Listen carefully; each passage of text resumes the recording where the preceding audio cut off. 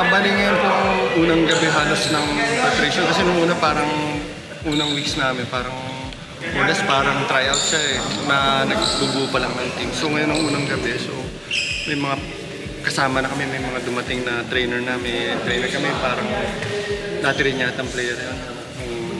Foreigner hindi ko sigurado. Pero nagtatagalog eh. So ano na, nagsisimula na kami ng parang formal training. So, buo na yung 12-man lineup. More or less, opo, buo na ho yung... Bali parang, hindi ko lang 15 kami, parang gano'n.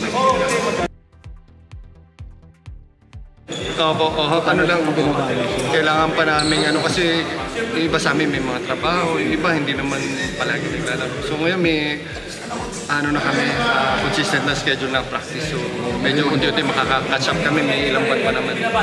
Next month siguro. Opo, ano yung makaka-ano na kami. Siguro po yung ano na rin, yung experience siguro na paano mag-adjust sa laro, paano yung mga ibang mga knowledge sa laro na pwede kong i-ano, maitutulong ko rin. Ito po yung team namin na simula lang po ngayong unang batch po ito. So next year kung meron po ulit, welcome po kayo.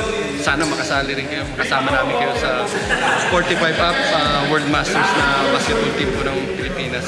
Thank you po.